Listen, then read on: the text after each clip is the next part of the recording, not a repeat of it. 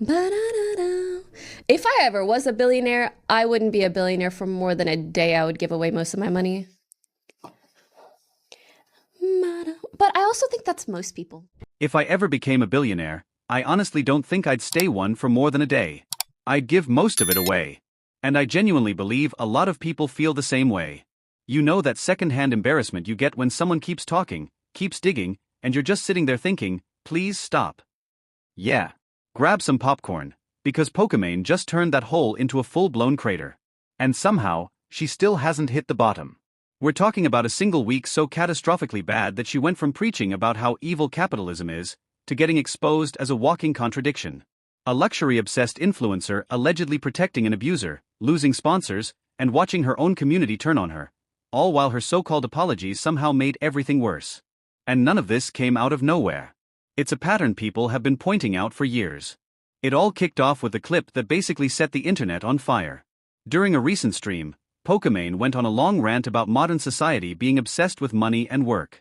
She talked about how capitalism has made people selfish, how we're trained to prioritize cash over real human connection, even over friendships and showing up for others. And honestly, on the surface, that's not even a terrible point. But here's where things start to fall apart. Because while she's delivering this sermon about materialism and money-obsessed culture, she's doing it from a multi-million-dollar mansion in Los Angeles.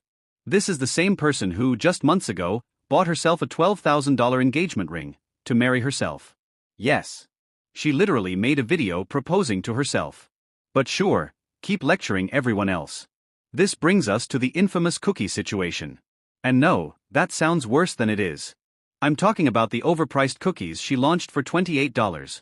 When people understandably said that was expensive, her response was essentially, if you're broke, just say that. Let that sink in. The same person now crying about capitalism publicly mocked her own fans for not wanting to spend $30 on cookies.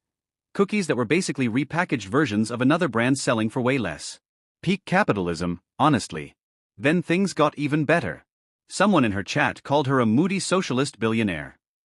Instead of laughing it off like a normal person, she banned them, 14-day timeout, and went on a rant saying, if you think I'm a billionaire, you're clueless. If I ever became one, I wouldn't stay a billionaire for more than a day. I'd give most of it away. Cool story. But here's the problem, she's already a multimillionaire. She's sitting on more money than most people will see in 10 lifetimes. So why wait for some imaginary billionaire milestone to start giving back? If generosity is really that important, why not start now? Let that sink in. The same person now crying about capitalism publicly mocked her own fans for not wanting to spend $30 on cookies. Cookies that were basically repackaged versions of another brand selling for way less. Peak capitalism, honestly. Then things got even better. Someone in her chat called her a moody socialist billionaire. Instead of laughing it off like a normal person, she banned them, 14-day timeout, and went on a rant saying, if you think I'm a billionaire, you're clueless. If I ever became one, I wouldn't stay a billionaire for more than a day. I'd give most of it away. Cool story. But here's the problem, she's already a multimillionaire. She's sitting on more money than most people will see in 10 lifetimes. So why wait for some imaginary billionaire milestone to start giving back? If generosity is really that important, why not start now? And this is exactly why people get so frustrated with creators like her. It's not that she's rich. Good for her. It's the hypocrisy. She'll post videos shopping on Rodeo Drive, flexing Gucci and Prada bags, showing off luxury everything, and then hop on stream and lecture viewers about being too focused on money. The disconnect is insane. You even see it during her streams. She goes live, does her usual routine, and the moment gifted subs stop rolling in, suddenly she remembers she has a meeting and needs to leave immediately. Right. Totally believable. But that drama was just the warm-up. Because then Captain Puffy dropped what can only be described as a nuclear bomb. For anyone who doesn't know, Captain Puffy is another creator who recently released a detailed document accusing her ex-L of emotional manipulation, financial exploitation, and generally abusive behavior. The document was thorough, disturbing, and heartbreaking. And this is where Pokimane enters the story. Elle currently lives with her. They're roommates. According to Captain Puffy, Pokimane knew everything. She was con. She continued living with him. Continued collaborating. Continued featuring him in content. Business as usual. This from the same person who constantly tweets about believing victims, supporting women, and standing against abuse.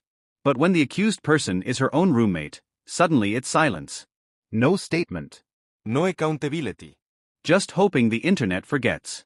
Even Miskiff called her out, saying it bothered him how hard he defended her over the years, only to watch her publicly virtue signal while privately ignoring serious accusations happening under her own roof. And when Miskiff ends up being the voice of reason, you know something went very wrong. This is the pattern. She positions herself as a moral authority, a voice of what's right, until those morals become inconvenient for her personal life or brand. Then they vanish instantly. It's performative activism at its finest. Say the right things. Post the right hashtags. Speak up when it's trending. But actually stand by those values when it costs something? Nope. But hey, what do we know? We're just broke boys, right? The difference now is that her community is finally seeing through it. Comment sections on her recent videos are brutal. People aren't buying the relatable, down-to-earth streamer act anymore. They see someone who got rich through capitalism, lives an extremely privileged life, and still lectures struggling viewers about being too money-focused, while some people can barely afford rent. Even sponsors are starting to notice. Multiple brands have quietly pulled back. And when sponsors distance themselves, that's usually a sign things are genuinely bad. The truth is, this isn't about one mistake. She's not being cancelled for a single incident. She's facing consequences for a pattern people are finally connecting. Luxury lifestyle while attacking capitalism. Expensive products while mocking fans. Virtue signaling while protecting problematic people. A fake nice persona that cracks the moment things don't go her way. This isn't a cancellation, it's an accumulation. And what's wild is that all of this could have been avoided. If she had just lived honestly instead of constantly trying to appear more relatable or morally superior than she really is, none of this would matter. People can accept a wealthy streamer. They can't accept a wealthy streamer pretending to be poor. They can accept flaws. They can't accept hypocrisy. So where does this leave her? Financially? She'll be fine. She's made millions and will keep making money. But her reputation? Cooked. Her credibility? Gone. Her ability to ever take the moral high ground again? Completely obliterated. But what do you think? Is this all overblown, or is the criticism deserved? Do you think she can recover from this, or is the damage permanent? Let me know your thoughts in the comments, and I'll see you in the next one. Peace.